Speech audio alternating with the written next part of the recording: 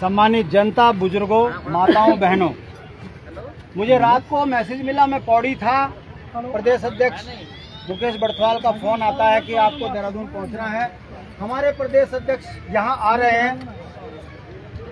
मैंने कहा मैं प्रदेश अध्यक्ष से जरूर मिलूंगा, चाहे कैसा भी हो। मैंने कहा मैं चाहे शाम को तक पहुंचूं, पर पहुंचूंगा जरूर। राष्ट्रीय संयोजक तो मैं कृपया करके जो आपके अध्यक्ष है वो एक बार खड़े हो जाएं।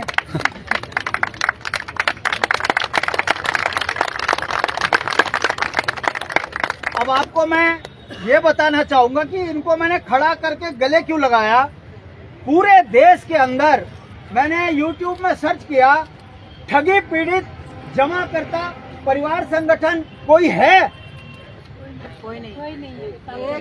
फिर मैंने पूरे उसमें YouTube में ढूंढा, क्या कोई ऐसा व्यक्ति पूरे राष्ट्र में समाज को जागृत कर एकत्रित करने वाला है?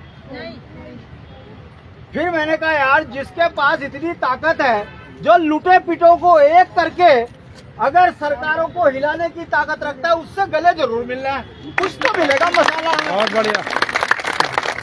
ये बात मैं आपके सामने इसलिए कह रहा हूँ, समझने की जरूरत है।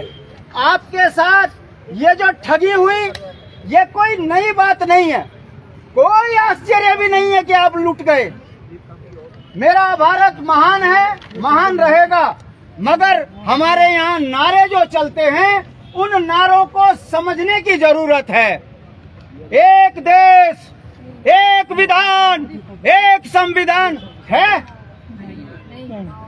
बेटी बचाओ, बेटी पढ़ाओ है। दिल्ली में दिख रहा, अंकिता की हत्या में दिख रहा। सबसे बड़ी राष्ट्रभक्त पार्टी दबादब नौकरियां बेच रही, संसाधन बेच रही, देश बेच रही। ये बात मैं आपके सामने इसलिए कह रहा हूँ, चेहरे बदल कर ठग आपके बीच में आता है। ठग कोई कंपनी का मालिक नहीं, ठग नेता भी होता है, राजनीतिक पार्टियां भी होती है। इस बात को समझने की जरूरत है। 60 साल एक राष्ट्रीय पार्टी ने आपकी भावनाओं को ठगा, हमको समझने में 60 साल लगे।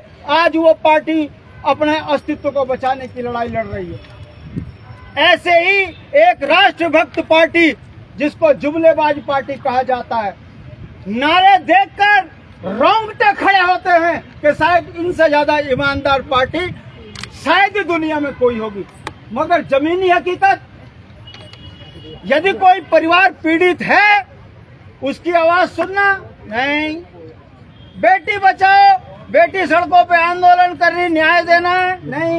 ये किन के साथ हैं? ये डैनी के साथ हैं, जो जिसका बेटा 4 किसानों को कुचल देता है। ये ब्रजभूषण के साथ हैं, क्योंकि ब्रजभूषण के पास अकूत संपत्ति, दौलत इकट्ठी करी है, और उसकी दौलत के सारे सत्ता के नजदीक जाने का मंत्र इनको दिखता है। इसलिए जो ये कहते हैं एक देश, एक विधान, एक संविधान, वो संविधान की कैसे धज्जियां उड़ाती हैं, आपने वोट कलम में देख लिया। अब आ जाइए आपकी बात में, थोड़ा सा पानी का जुगाड़। अब आ जाइए आपकी बात में। भाई, आपको कहाँ ठगी मिली? आपके साथ कहाँ ठगी हुई? नेताजी, क्या भारत का नेता नहीं ठग रहा हमको? और जब वो ठग रहा है तो उस ठग को पैसे चाहिए, तो उस पैसे के चक्कर में उसने भी ऐसी ऐसी सोसाइटियों को स्थापित किया। उसके बाद गरीब का पैसा इकट्ठा किया और दबा के सत्ताएं लूट रहे, चाहे अडानी हो, चाहे अंबानी हो। ऐसे ही यदि अगर किसी सारा ने, प्यारा ने, चोरों ने चेहरे बदल के हमारी भावनाओं को, हमारे कैश को ठगा, तो क्या उसको हम छोड़ देंगे? नहीं। उसकी बैंड बजाने का काम आपके अध्यक्ष ने किया है। आपका अध्यक्ष उत्तराखंड का मुकेश बड़थवाल जिस भावनाओं के साथ आपके आंदोलन को धार दे रहा है, ये उसी का परिणाम है कि आज से 15 दिन पहले सरकार ने यहाँ पर 4-5 कंपनियों पे मुकदमा दर्ज किया है, बर्ड एक्ट के तहत।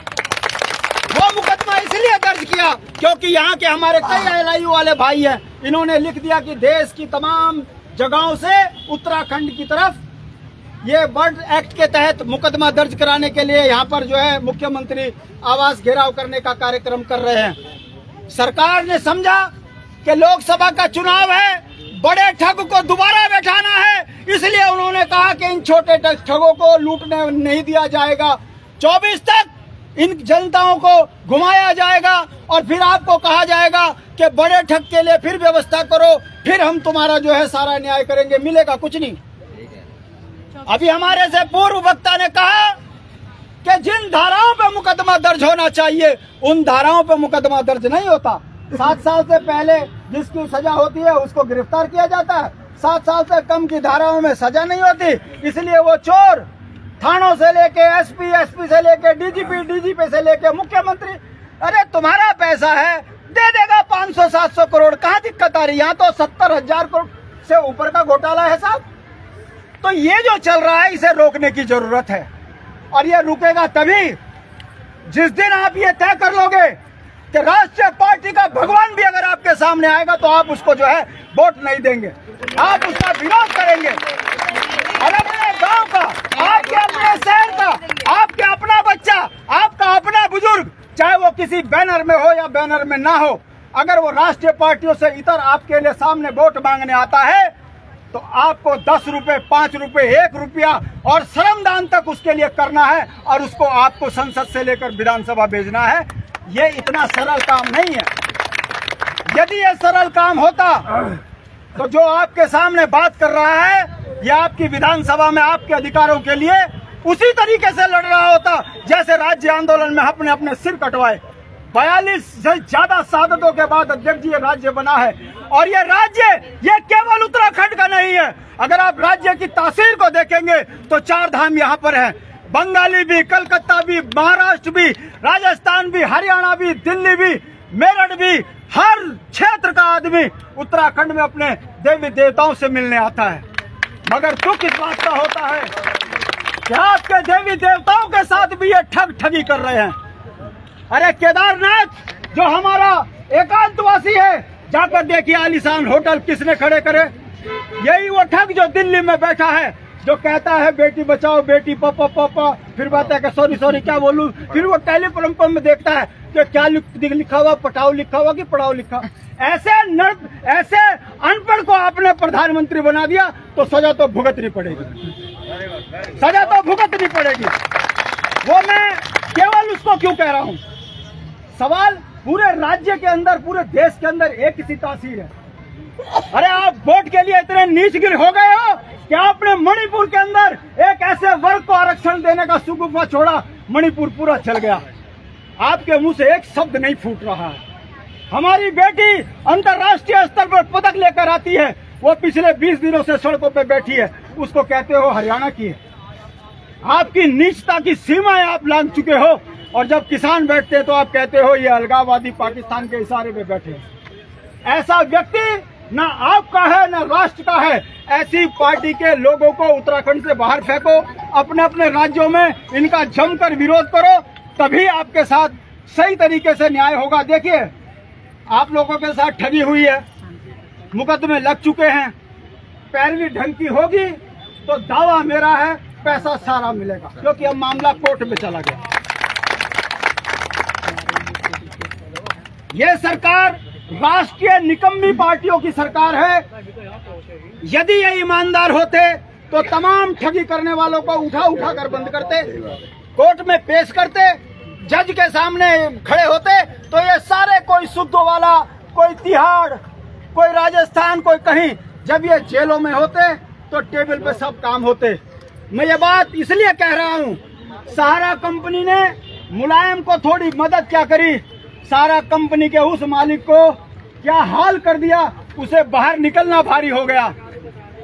जब एक सहारा कंपनी के मालिक के साथ ऐसा हो सकता है तो जो भाजपा को पोषित करके हम गरीबों को ठगने वाले हैं, इनको क्यों अरेस्ट नहीं किया जा रहा?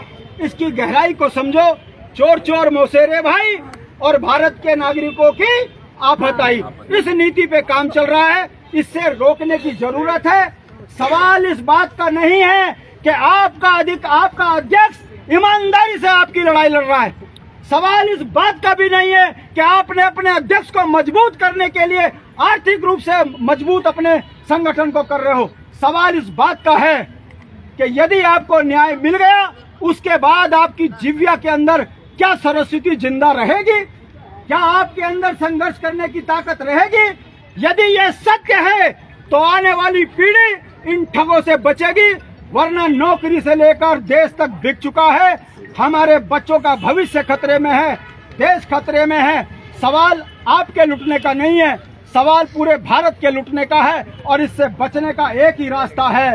आप अपनों को पहचानो, उनको संसद से लेकर विधानसभा तक पहुंचाओ, तभी ये राष्ट्रीय ठग बचेंगे। नहीं तो चुनाव आएंगे, प्रति परिवार 10-10 हजार, साड़ी, बिंदी, चूड़ी, दारू की बोतल, मुर्गा, और उसके बाद बिल्कुल सही बात, हजारों करोड़ का चुनाव लड़ने के बाद हजारों करोड़ में फिर ये आपके बच्चों की भावनाओं को चोरी करके लूटते हैं। इसे रोकने की जरूरत है। मैं यहाँ पर केवल इस बात को कहने आया हूँ कि बिगुल बजा दीजिए जो जहाँ का है। भाजपा कांग्रेस का नेता दिखे, सिर्फ कुछ नहीं कहना, इतना करो और चल दो। सामाजिक बहिष्कार मनुष्य को इंसान बना देता है। आपने देखा होगा जानवरों में भी, अगर हाथी ढंग का नहीं होता उसे अकेला फेंक देते हैं, और ज्यादा नहीं 2-3 साल में वो हाथी मर जाता है। मानव प्रवृत्ति है कि समाज के साथ रहना उसकी जरूरत है, और इन नेताओं को जब समाज नकारेगा, धिक्कारेगा, थूकेगा, तब जाकर ये नेता अपने चरित्र में बदलेंगे। नहीं तो ये स्विस बैंक में तमाम जगहों पे पैसा करके, काली गाड़ी, काला शीशा, टू कर करके हमारे नौनिहाल बच्चों को चिढ़ाएंगे। ऐसा ना हो। यहाँ से ये संकल्प लेके जाए कि हम आने वाले समय में अपने क्षेत्र के लोगों को जिता के भेजें, और उससे वादा करें कि वो आपके अधिकारों की लड़ाई लड़े। ऐसा होगा तो देश बचेगा, आपके संसाधन बचेंगे। इन्हीं शब्दों के साथ जय भारत, जय उत्तराखंड। पहले भुगतान, पहले भुगतान, पहले भुगतान।